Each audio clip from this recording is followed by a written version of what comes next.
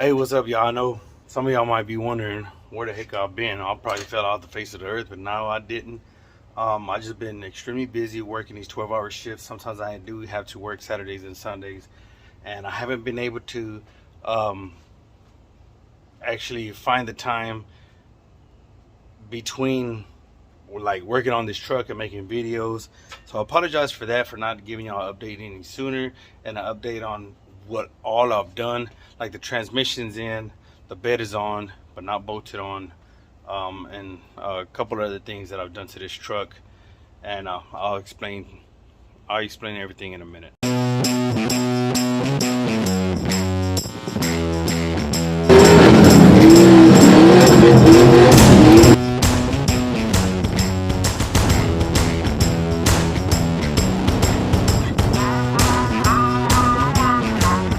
Alright, y'all, well, here goes the truck. I know a lot of it looks pretty finished up, but it's really not. Kind of. I need to finish bolting in the bumper. Put the hood on with the hinges. I do want to go and paint the hinges because they're rusty. Need to repaint the hood because I was having problems with my paint gun, but I got everything fine tuned already so that, you know, it's good to go. I could just sand it and repaint it. I put in the windshield wiper. This was knuckle biting with my two sons helping me. Ignore this wire. I'm using that to help me start the truck just for right now, though. It's not permanent, y'all. Chill out. So I did paint the bed. The bed is not fully bolted on. It's just sitting on the frame. I did paint it the other day, and it came out not too bad. Y'all gotta understand, there's some small dents like this dent right here. I am gonna come down to maybe like right here with bed liner, so y'all could just ignore the top on both sides and the way the inside of this looks. I did have to cut the tub, and I still have the part that I cut out. I still have both sides. I just need to put a gap filler in the tub so that these wheels will be able to fit on this truck, because when I've barely put it on, these wheels are too wide and they couldn't fit the tubs, so I had to take care of that. The reason why this air hose is right here, and this, some of y'all might already know what this is. This is a brake bleeder.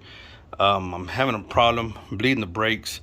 There has to be some kind of either pinhole in the system in the brake lines, or it has to be something is not right. It's not the way that it's supposed to be, because I keep bleeding the brakes and I'm not getting any good brakes.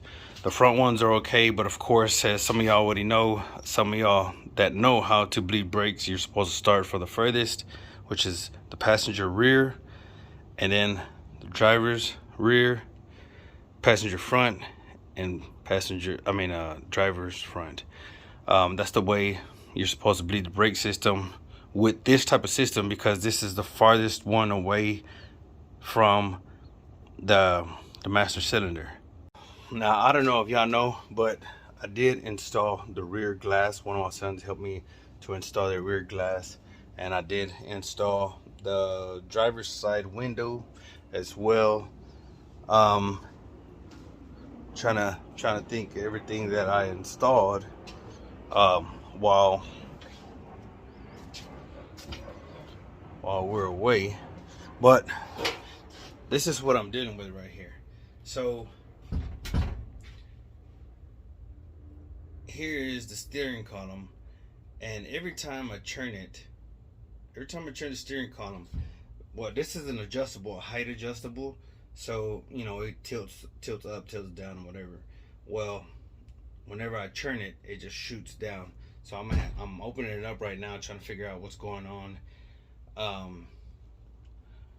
And I just started that right now, but I might go ahead and close up shop for today, because it is about to be 6 o'clock and it is freaking hot. Today's high, I believe, was 104 here in old Texas. You know, living here all my life and still not used to it. Of course, I also installed the clutch. This truck originally, I bought it with the clutch already, and I also had to go to the yard to get this emergency brake, because I do want to have an emergency brake for this truck, because of course, as y'all already know, it's standard. I know this truck is a big old mess on the inside, but it'll get better here pretty quick. Or maybe not, I'm not sure, because all the time I gotta work now. But I do need to find a shifter. Any of y'all have an idea what kind of shifter I should get? Let me know. Yeah. So all the dash is still apart, the wires still hanging out and whatnot. I have the door covers, whatever you want to call it, put up somewhere, so those will get put on later on. So here I am trying to fix the tilting steering wheel, because every time I turn the truck, it just jumps, it moves around too much, and I'm just trying to tighten everything up.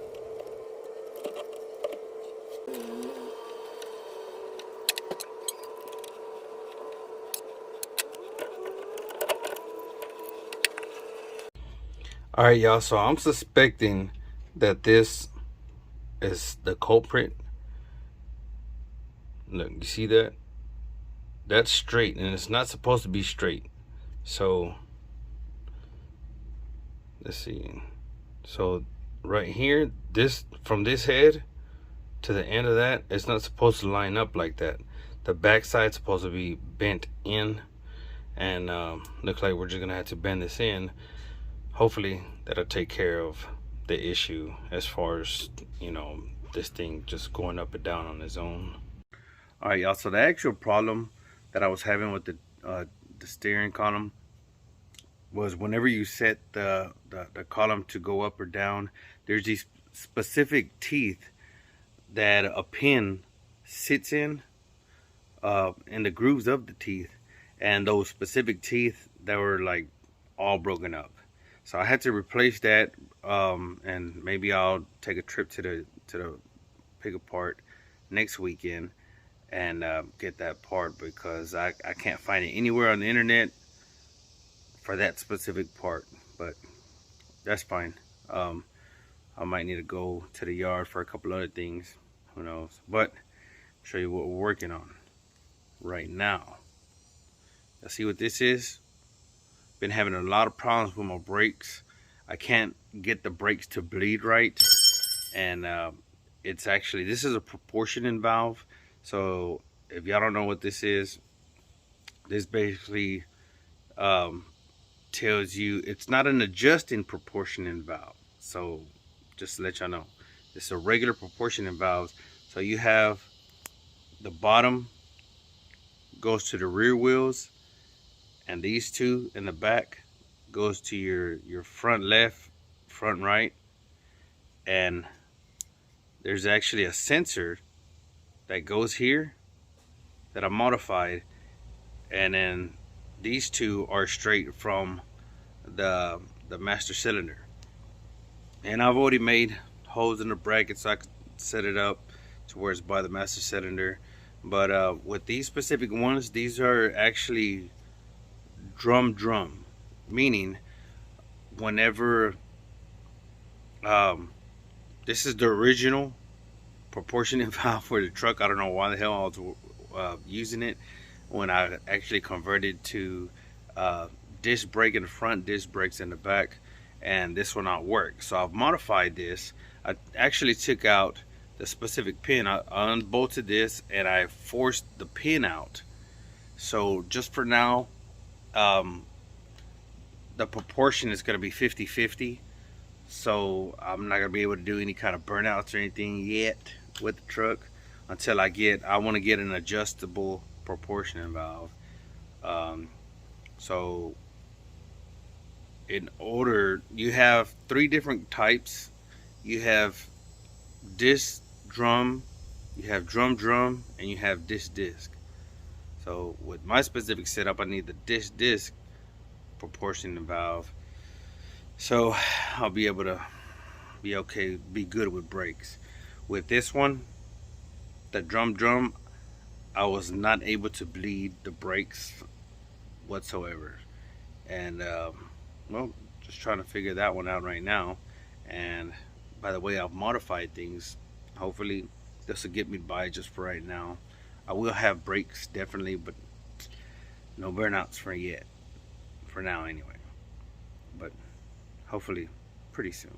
All right, here it is almost a week later, and I haven't really been able to address the issue with the brakes until earlier today. Sorry for these stupid bugs making all this damn noise. Anyway, show y'all something. This right here, this piece, bought it brand new. Brand stinking new. Not a remanufactured part. Brand new. Unfortunately, I forgot where exactly I ordered it from. And I try to go back in my my emails to see where I ordered it from, and I can't find it. So lost for me. I don't even remember what I paid for that. I'm guessing it was around 80 something bucks, if I remember, kind of. But that was the booster plus the master cylinder combined. Booster's good, nothing wrong with the booster. Master cylinder, crap. Well, I did a little experiment, and y'all see this right here? I know it doesn't look as good as the one that was on it, or maybe some of y'all think it looks better, but 96 Ford Explorer. Put it on. It even has, let me show you, it even has a little nipple to where you could actually bleed the system. So right here, you see this nipple? You can take this rubber piece off, and you could actually, I guess, bench bleed it while it's on the truck. So that was awesome for me. I went ahead and put it on. Brakes bled perfect. I have perfect brakes.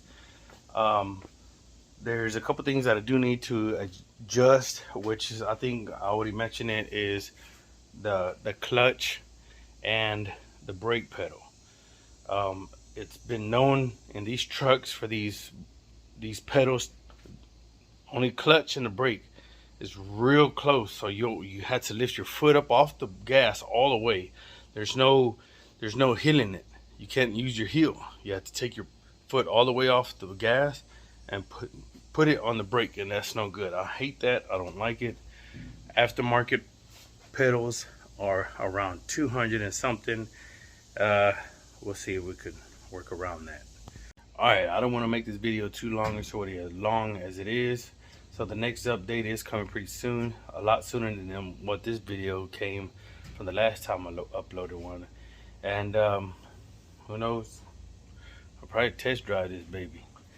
Let me show y'all something. So one thing I do need to do is I need to put the sway bar on.